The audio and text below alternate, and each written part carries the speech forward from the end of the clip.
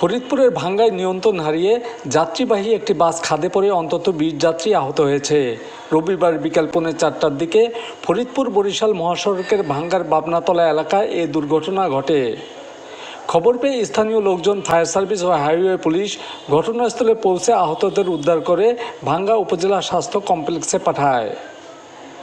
প্রত্যক্ষদর্শী ও বাসে থাকা যাত্রীরা জানান, ঢাকার ধুলাইপাড় থেকে বরিশালের উদ্দেশ্যে রওনা দেওয়ার পর 10 মিনিট এক্সপ্রেসের বাসটি ভাঙ্গা বাবনাতলা এলাকায় পৌঁছলে নিয়ন্ত্রণ হারিয়ে খাদে পড়ে যায়।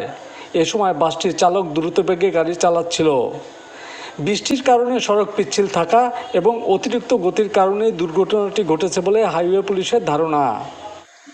দুর্ঘটনার পর বাসটির ভেতর থেকে আহত অবস্থায় 20 জনকে উদ্ধার করে ভাঙ্গা উপজেলা স্বাস্থ্য কমপ্লেক্সে ভর্তি করা হয়।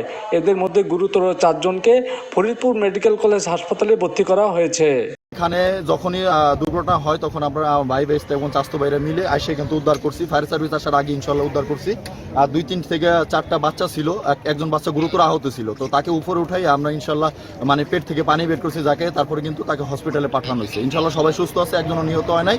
অন্য কাভার করার ওর কাছে আর এবিলিটি ছিল, কিন্তু ও নিজে পাকনামি করে বৃষ্টির ভিতরে পিছন রাস্তা ও নিজে বাউলি দিয়ে গাড়ি, নিজে বাউলি দিয়ে পরে গাড়ি এই জায়গা দিয়ে